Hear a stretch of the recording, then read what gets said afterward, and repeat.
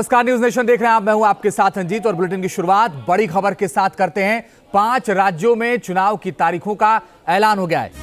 बड़ी और अहम खबर आपको बता रहे हैं। 5 राज्यों में चुनाव की तारीखों का ऐलान हो गया है। छत्तीसगढ़ में 7 नवंबर और 17 नवंबर को मतदान होगा। साथ ही मध्य प्रदेश में 17 नवंबर को मतदान होगा। राजस्थान में 23 नवंबर को वोटिंग होगी। तेलंगाना में 30 नवंबर को मतदान होगा। मिजोरम में 7 नवंबर को मतदान होगा। Now to start with from the Mizoram, the date of poll will be 7th November and date of counting would be 3rd, which is common of course for all these states, and elections in all these states would be completed by 5th of December. So date of poll is 7th November. Similarly, in case of Chhattisgarh, the elections would be in 2 phases. The date of poll would be 7th November and 17th November. The nominations after Mizoram for the first phase of the Chhattisgarh would happen on 20th, the 13th, and the last date would be 20th. Date of poll being 7th November, and for phase 2, 17th November. In Madhya Pradesh, this coincides with the second phase of Chhattisgarh, and date of poll would be 7th November. So first Mizoram and the first phase of Chhattisgarh, then second phase of Chhattisgarh and one phase in Madhya Pradesh. Thereafter Rajasthan, where the date of poll will be 23rd November in one phase entirely in Rajasthan. The date of issue of Gazette notification would be 30th October and date of counting for everyone being 3rd of December. Telangana would go last to the poll and date of poll is 30th November with the date of issue of Gazette notification being 3rd of November. And the entire election process would be complete by 5th of December. So this is what is the schedule. और चुनाव के ऐलान के बाद ओवैसी ने क्या कुछ कहा है। उन्होंने कहा कि हम चुनाव के लिए तैयार हैं। सुनिए क्या कह रहे हैं सदुद्दीन ओवैसी।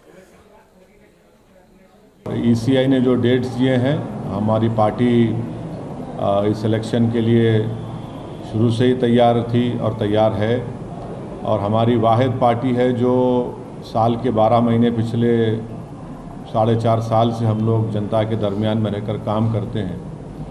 और मुझे यकीन है कि ख़ास तौर से तेलंगाना में जहां पर हमारे एमएलएज हैं और जहां पर हम लड़ेंगे, वहां की आवाम हमारी काम को, हमारी एक्सेसिबिलिटी को, हमारे अवेलेबिलिटी को, हमारे पार्टी के मेंबर्स की उसके ऊपर हमारा साथ देगी। तो अलग अलग जगहों से हमारे सहयोगी जुड़ गए हैं। विकास चंद्रा मेरे साथ दिल्ली से हैं, नीलम गुरवे मेरे साथ भोपाल से और आशुतोष जयपुर से मेरे सहयोगी जुड़े हुए हैं। आशुतोष, चुनाव की तारीखों का ऐलान हो गया। संभवतः इंतजार था राजनीतिक दलों को और वो इंतजार अब खत्म हो गया है।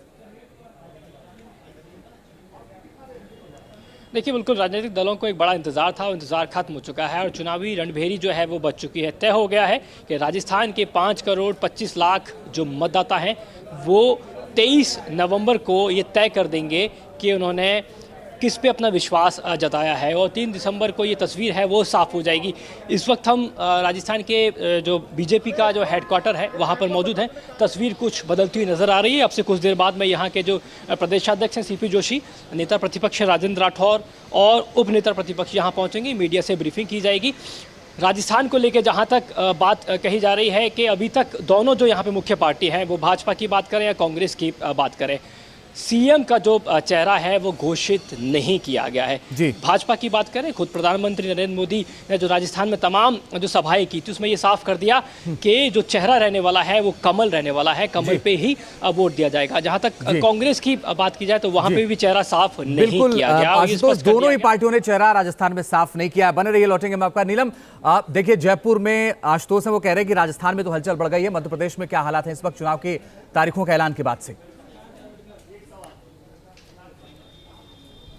जी बिल्कुल, देखिए मध्य प्रदेश में चुनावी तारीखों का ऐलान हो चुका है और 17 नवंबर को जो है यहाँ एक ही चरण में मतदान होंगे, तो वहीं 3 दिसंबर को जो है रिजल्ट आएगा, काउंटिंग की जाएगी। तो देखिए अगर हम बात करें मध्य प्रदेश कांग्रेस की, तो आज जितने भी बड़े दिग्गज है वो CWC की बैठक में शामिल होने के लिए पहुंचे हैं, पर कांग्रेस अपनी तरफ से पूरी तैयारी लगातार करती हुई आई थी। वहीं अगर हम बीजेपी की बात करते हैं तो थोड़ी ही देर में बीजेपी के प्रदेश अध्यक्ष VD शर्मा जो है मीडिया से बातचीत करेंगे और बताएंगे कि अब जब प्रदेश में आचार संहिता लग गई है तो बीजेपी किस तरह से प्रचार प्रसार में जुटेगी। वहीं एक जो बड़ा सवाल बना हुआ है कि कांग्रेस ने अब तक अपने प्रत्याशियों की घोषणा नहीं की है और अब चुनावी तारीखों का भी ऐलान हो चुका, तो ऐसे में कांग्रेस अपने प्रत्याशियों की घोषणा कब तक करती है, तो ये एक सवाल है जो लगातार बने हुए हैं। आज CWC की बैठक होने जा रही है और उसमें ये देखना होगा कि मध्य प्रदेश में अब तक जब प्रत्याशियों की घोषणा नहीं हुई है तो और कितना देर और कितना वक्त लगेगा ये देखना होगा। ठीक है, नीलम लौटेंगे आपके पास। विकास चंद्रा भी लगातार बने हुए दिल्ली से। विकास, बड़ी बात यह है कि खासतौर पर इन तीनों ही राज्यों के चुनाव में जो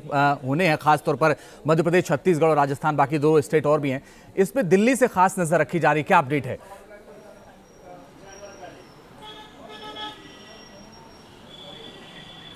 देखिए, दिल्ली से ही सारी नज़र रखी जा रही है क्योंकि दिल्ली में बीजेपी ने अपना पूरा कंट्रोल रूम बनाया है और यहीं से इन सभी राज्यों जहां भी विधानसभा चुनाव होने हैं वहां की पूरी तैयारी चल रही है। वहीं से आदेश निर्देश जारी किए जा रहे हैं, वहीं से कार्यकर्ताओं की नियुक्ति की जा रही है। और एक बात यहाँ मैं बता दूँ कि बीजेपी एकलौती ऐसी पार्टी है, जितना मैं समझ पाया हूँ और रोज़ देखता हूँ, कि ये 365 दिन चुनावी मूड में रहने वाली पार्टी है। इसके ऊपर फ़र्क ही नहीं पड़ता है, जैसे जो मैं अनुभव करता हूँ कि हाँ चुनाव की घोषणा हो गई, बस सिर्फ चुनाव की घोषणा हो जाने से आचार संहिता लगने के बाद की जो स्थिति होती है उसके हिसाब से पार्टी काम करना शुरू करती है। बाकी ये जैसे मध्य प्रदेश की बात कर लें, राजस्थान की बात कर लें अगर तो, और या तेलंगाना की बात कर लें, छत्तीसगढ़ की बात कर लें, पार्टी पीछे 1 साल से पूरी ताकत के साथ मैदान में उतरी हुई है। हाँ, अब है कि जो विकास, एक बड़ी खबर आ रही है वो पहले बता दें दर्शकों को। बड़ी खबर इस वक्त आ रही है, बीजेपी पर कांग्रेस अध्यक्ष खड़गे का निशाना। बड़ी और अहम खबर आपको बता रहे हैं, बीजेपी पर कांग्रेस के अध्यक्ष खड़गे का निशाना। उन्होंने कहा कि चुनाव के जो तारीखों का ऐलान हुआ है उसके बाद से बीजेपी की विदाई तय है। कांग्रेस मजबूती के साथ जनता के पास जाएगी, जन कल्याण, सामाजिक न्याय हमारी गारंटी है। मल्लिकार्जुन खड़गे ये कह रहे हैं कि बीजेपी की विदाई तय है। बहुत बहुत शुक्रिया विकास चंद्रा आपका, नीलम आपका।